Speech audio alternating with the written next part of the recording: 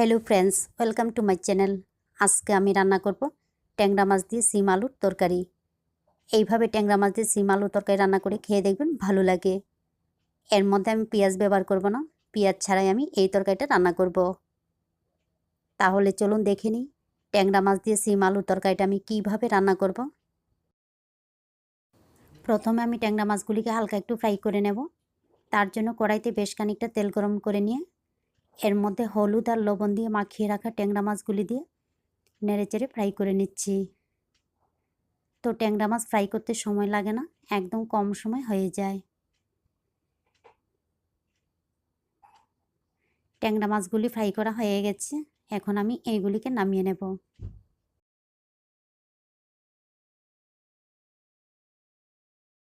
মাছ ভাজার তেলের মধ্যে দিয়ে দিচ্ছি কেটে রাখা আলু। এইখানে মিডিয়াম সাইজে 3টা আলু এইভাবে টুকরো করে কেটে নিয়েছি। তারপর এর মধ্যে দিয়ে দিলাম সামান্য একটু লবণ আর হলুদের গুঁড়া। এখন আলুগুলিকে নেড়েচেড়ে ব্রাউন কালার করে ফ্রাই করে নিতে হবে। আলুগুলি যখন ফ্রাই করা হয়ে যাবে, এবারে এর মধ্যে দিয়ে দেব হাফ চা চামচ মেথি। মেথির পরিবর্তে কিন্তু পেঁয়াজ দিয়েও এই তরকারিটা রান্না করে নিতে পারেন। এখন এইগুলিকে নেড়েচেড়ে ব্রাউন কালার করে ফ্রাই করে নিতে হবে। মেথিটা আগে দিলে পুড়ে যাওয়ার সম্ভাবনা থাকবে, তাই আমি এই সময়ের মধ্যে দিয়ে দিলাম। মেথিটা যখন ব্রাউন কালার হয়ে যাবে, এবারে আলুর সঙ্গে মিশিয়ে নেওয়ার পর এর মধ্যে দিয়ে দেব আদা আর কাঁচা লঙ্কা বাটা মিলে 1 চামচ। এখন এইগুলিকে হালকা একটু নেড়েচেড়ে ফ্রাই করে নিতে হবে। আপনারা চাইলে পরেও কিন্তু ব্যবহার করতে পারেন, তবে এইভাবে হালকা একটু নেড়েচেড়ে ফ্রাই করে নিলে ফ্লেভারটা ভালো আসে। 20 থেকে 25 সেকেন্ড এইগুলিকে নাড়াচাড়া করে নেওয়ার পর এর মধ্যে দিয়ে দিলাম কেটে রাখা সিম। এইখানে আমি 250 গ্রামের মতো সিম এইভাবে টুকরো করে কেটে তারপর ভালোভাবে ধুয়ে নিয়েছি। এরপর এর মধ্যে এক এক করে সবগুলি উপকরণ দিয়ে দেব।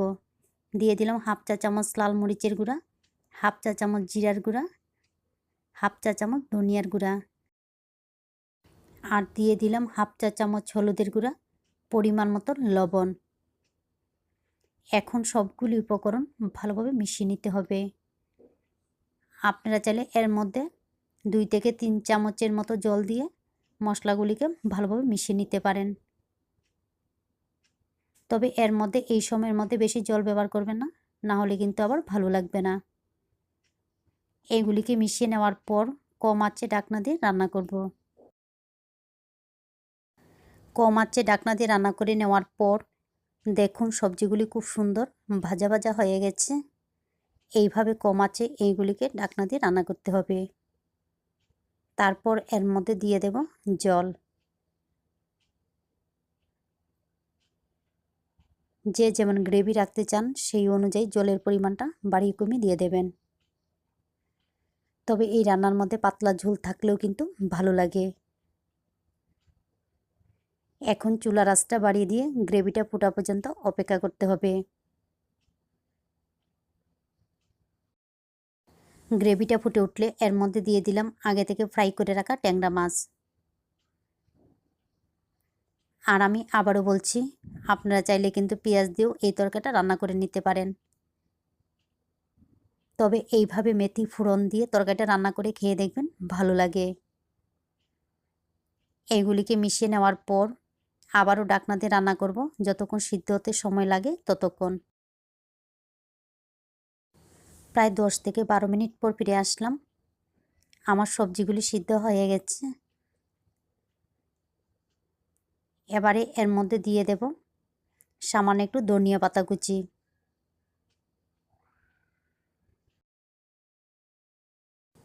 এইগুলিকে মিশিয়ে নিলেই আমার রান্না সম্পূর্ণ রেডি। এইভাবে ট্যাংরা মাছ দিয়ে সিম রান্না করে খেয়ে দেখবেন, ভালো লাগে। আর ভালো লাগলে অবশ্যই লাইক, শেয়ার এবং সাবস্ক্রাইব করবেন। আপনারা ভালো থাকবেন, সুস্থ থাকবেন আর আমার নিত্য নতুন ভিডিও দেখবেন।